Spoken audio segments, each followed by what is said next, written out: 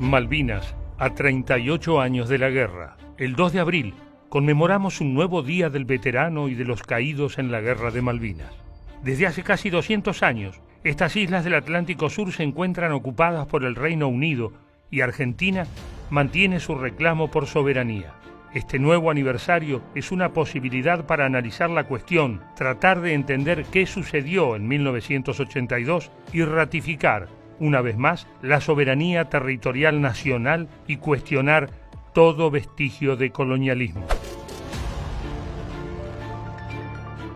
¿Qué pasó el 2 de abril de 1982? Ese día desembarcaron tropas argentinas en las Malvinas y tomaron el control de las islas. La operación fue planificada y ordenada por la dictadura cívico-militar que gobernaba el país desde 1976, encabezada en ese momento por el general Leopoldo Galtieri, junto al almirante Anaya y el brigadier Lamidoso. El desembarco de fuerzas militares nacionales produjo una escalada que culminó en una guerra con el Reino Unido que ya todos y todas sabemos cómo terminó. El combate de Puerto Argentino ha finalizado. Negotiations will start tonight. Although there appears to be a ceasefire at the moment and the Argentinian forces in the Falklands have appeared to have surrendered. Ahora, ¿cómo llegamos a esto? ¿Por qué unas pequeñas islas fueron el escenario del mayor conflicto bélico de la historia argentina? Las Malvinas son un territorio ocupado por el Reino Unido desde 1833. Previamente, entre 1820 y ese año, habían estado bajo soberanía de Argentina.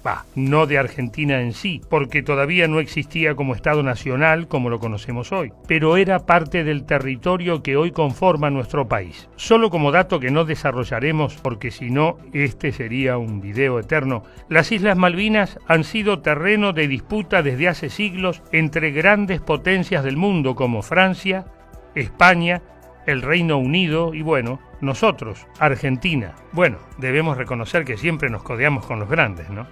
Las islas eran de interés para el Reino Unido por su posición estratégica en el Atlántico Sur. Los británicos no tenían buenas relaciones con el Imperio Español y las islas se presentaban como un buen lugar para establecer una base naval cercana a territorios, en ese momento, españoles. Con idas y vueltas, las islas estuvieron en manos inglesas hasta 1774. A partir de ese año, formaron parte de los dominios españoles. Con la Revolución de 1810, el nuevo Estado Nacional, luego conocido como Argentina, tomó posesión de los antiguos terrenos coloniales como parte de su territorio soberano. Hasta ahí todo iba más o menos bien. Y veníamos bien, pero de golpe pasaron cosas. Recién estábamos terminando de brindar por el fin de año 1832, que a principios de 1833, una operación militar inglesa tomó posesión de las islas y expulsó a los pobladores argentinos. Nunca un fin de año o enero tranquilo en este país. Con este acto comenzó la disputa que hasta el día de hoy se mantiene. Argentina se opuso y consideró desde el primer momento a esta operación una invasión y agresión innecesaria. El Reino Unido, por su parte, argumentó que buscaban reconfirmar su soberanía sobre el territorio establecida, según ellos, en 1765. La cuestión es que desde ese momento, la disputa entre los dos países se mantuvo, con reclamos diplomáticos sucesivos, intervenciones de organismos internacionales y el capítulo más triste y sangriento, que fue la guerra de 1982. La importancia de este territorio dejó de ser obviamente una posición geográfica para combatir al Imperio Español. Sin embargo, muchos destacan su posición geoestratégica. Dicho fácil, las Malvinas son como una puerta de entrada a la Antártida, que es la reserva de agua dulce más grande del planeta. Además, siempre se especula con las riquezas naturales que hay en la zona. Se habla de grandes reservas de petróleo, de importantes minerales subterráneos y de la rentable industria de la pesca en sus aguas. Las Islas Malvinas, evidentemente, son un territorio más que deseable. Esto no es coca, papi. Uno de los antecedentes más importantes antes de entrar en el detalle de la guerra del 82 fue la célebre Resolución 2065 de las Naciones Unidas, dictada a fines de 1965. En ese documento se dejó constancia por primera vez y de modo inobjetable que existía una disputa de soberanía entre Argentina y el Reino Unido y que debía resolverse en el marco del proceso de descolonización que se había propiciado unos años antes. La Resolución 2065 obligaba a los británicos a sentarse en la mesa de negociaciones y cuestionó el recurso de la autodeterminación de los pueblos, esgrimido históricamente por el Reino Unido. Ambos países aceptaron la resolución. Argentina lo tomó como un triunfo diplomático y así comenzaron las primeras conversaciones bilaterales para encontrar una salida al histórico conflicto. ¿Ninguna señal del gato? Vendrá. ¿Por qué? No resiste. ¿Por qué? Es un ladrón.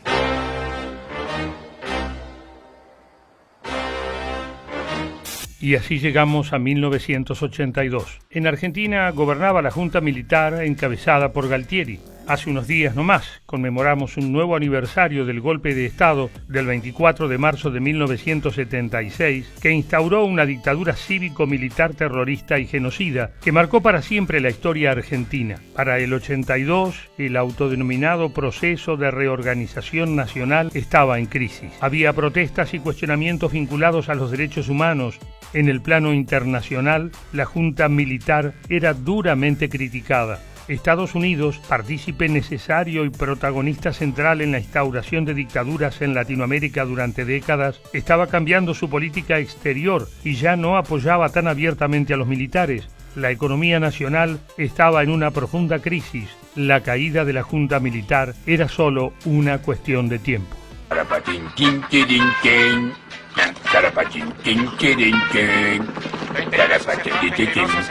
En el Reino Unido, por su parte, Margaret Thatcher era la primera ministra. Fue la primera mujer en alcanzar ese cargo en 1979. Para 1982, su gobierno, y en particular ella misma, estaban en crisis. Su política de ajuste, una economía en decadencia, un gran aumento del desempleo y la industria prácticamente paralizada hacían prever que su gestión terminaría más temprano que tarde. El 2 de abril de 1982, fuerzas militares de Argentina desembarcaron en las Islas Malvinas en el marco del Operativo Rosario. El gobernador británico se rindió rápidamente y el gobierno militar nacional anunció que se habían recuperado las Malvinas expulsando al invasor. Se izó la bandera y en todo el país se celebró la noticia. Mientras tanto, en Inglaterra, la Dama de Hierro, como llamaban a Thatcher, decidió la movilización de sus fuerzas armadas y creó un gabinete de guerra para enfrentar la situación. El nuevo secretario de Asuntos Exteriores británico Francis Pym afirmó que Gran Bretaña quiere una solución pacífica del conflicto de las Islas Malvinas, pero advirtió que si esto no es posible, la primera ministra Margaret Thatcher realizará su cometido por la fuerza. 24 horas más tarde, el Consejo de Seguridad de las Naciones Unidas aprobó la resolución 502, exigiendo que se detengan las hostilidades, el retiro de las tropas argentinas y que se busque una solución diplomática al conflicto. ¿Le parece a usted que tiene sentido el avance de esa flota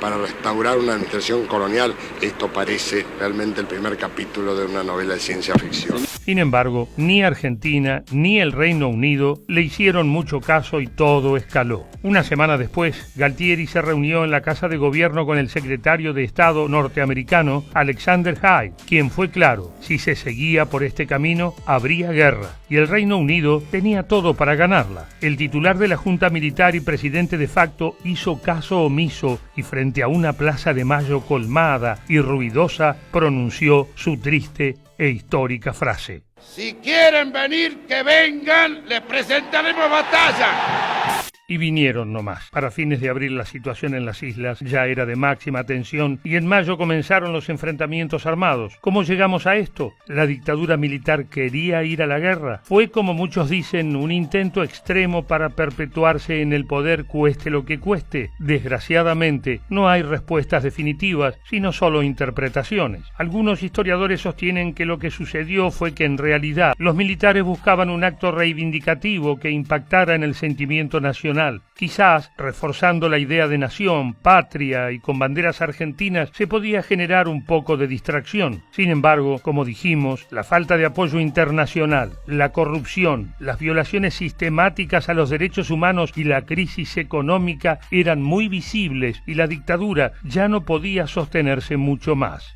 La desclasificación de archivos secretos hace unos años demostró que el gobierno británico estaba dispuesto a buscar una salida acordada y no militar, pero lamentablemente la guerra sucedió. Fueron 74 días de conflicto, de amenazas, combates, y se estima que murieron 649 soldados argentinos, 255 británicos y 3 isleños civiles. La mitad de las bajas argentinas fueron producto del controversial hundimiento del crucero General Belgrano. Hasta el día de hoy se cuestiona el accionar de los ingleses al torpedear este barco a pesar de que se encontraba fuera del área de exclusión trazada por el Reino Unido. That ship was a danger to our boys. That's why that ship was sunk. El 14 de junio de 1982, Argentina finalmente acordó la rendición. Las Islas Malvinas volvían al dominio inglés y la guerra terminaba. El dictador Galtieri, en la cadena nacional donde informó la derrota, afirmó que los soldados argentinos lucharon con más coraje que armamento a la abrumadora superioridad de una potencia apoyada por la tecnología militar de Estados Unidos, sorprendentemente enemigos de la Argentina. La autocrítica y el pedido de perdón por la decisión irreflexiva y por haber sacrificado la vida de muchos todavía la seguimos esperando. El rol de Estados Unidos en este conflicto siempre fue puesto en debate. Mientras se dice que los militares argentinos daban por descontado el apoyo norteamericano, la realidad fue demostrando que esta hipótesis era insostenible. La política exterior estadounidense estaba cambiando y si bien no se oponía a la dictadura, desde el primer momento instó a una resolución no bélica. Era impensable que Estados Unidos apoyara a nuestro país en contra de su principal aliado y socio estratégico en la OTAN.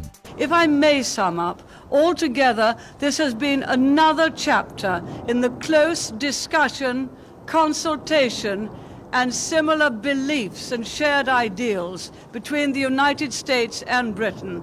Esto fue demostrado en el llamado Informe Rattenbach, un documento realizado por la propia Junta Militar a fines de 1982 para investigar los hechos ocurridos durante la guerra. El texto final permaneció en secreto y su contenido sin censura se conoció recién en 2012. Entre sus conclusiones, afirma que Estados Unidos ya había manifestado su apoyo a Gran Bretaña en caso de conflicto, y otro punto clave enfatiza que los militares no habían previsto que los ingleses responderían como lo hicieron, ya que confiaban plenamente en una potencial intervención estadounidense en su favor. Esto hizo que no hubiera planes ni medios para hacer frente a la guerra y se desate una carrera de improvisaciones para responder a la contienda bélica. Tras meses de discursos encendidos pero sin fundamento, mentiras flagrantes en los medios de comunicación que afirmaban "vamos ganando", campañas solidarias que terminaron en estafas, el conflicto bélico terminó y comenzó el proceso de desmalvinización y se escondió a los jóvenes que volvían de las islas. La Junta Militar profundizó su crisis y la derrota en Malvinas fue el golpe de gracia que aceleró su entrega del poder y la vuelta a la democracia.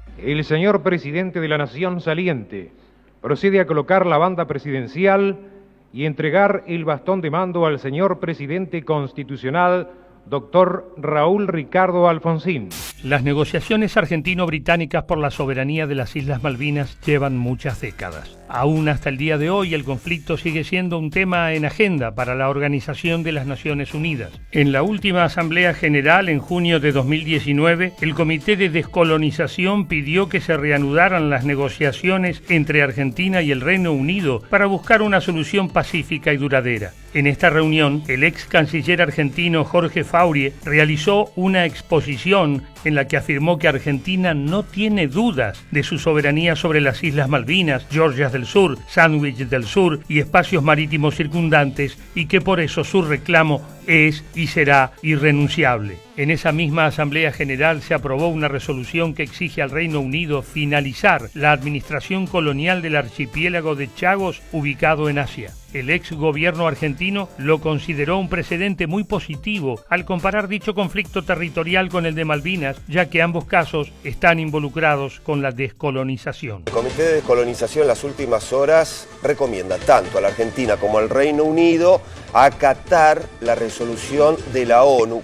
Este nuevo aniversario nos debe ayudar a pensar la situación de Malvinas hoy. Asumimos la derrota. Tomamos dimensión del retroceso que haber perdido la guerra nos ocasionó y cómo benefició a sus ocupantes. Desde ya va nuestro homenaje a los veteranos y a las familias de los caídos en la guerra. En su gran mayoría, los soldados argentinos eran jóvenes conscriptos que fueron obligados a combatir sin entrenamiento y en condiciones técnicas y logísticas precarias. Pero tenemos que recordar siempre que esta guerra fue resultado de decisiones inentendibles e injustificables de una dictadura que implantó el terrorismo de Estado en nuestro país. Y es justo decirlo, también contó con un gran apoyo social.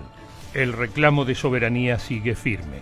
Las Islas Malvinas son argentinas y debemos seguir exigiendo la retirada del Reino Unido. Pero la guerra no fue, ni es, ni será una opción seguramente.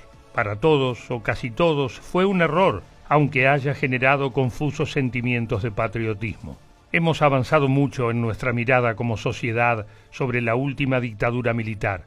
Enjuiciamos y condenamos a los responsables. Se mantiene la búsqueda de desaparecidos. Se restituyó la identidad a cientos de nietos. Reconocimos la responsabilidad de sectores civiles. Ahora, con el tema de la guerra, pareciera que no hubo tanto avance. Tenemos el desafío de reflexionar sobre Malvinas, entendiendo su contexto, remarcando la tremenda irresponsabilidad de la Junta Militar y el rol que tuvimos como sociedad en ese momento y en las décadas que siguieron para, de esta manera, poder sostener nuestro justo reclamo de soberanía con mayor solidez y contundencia.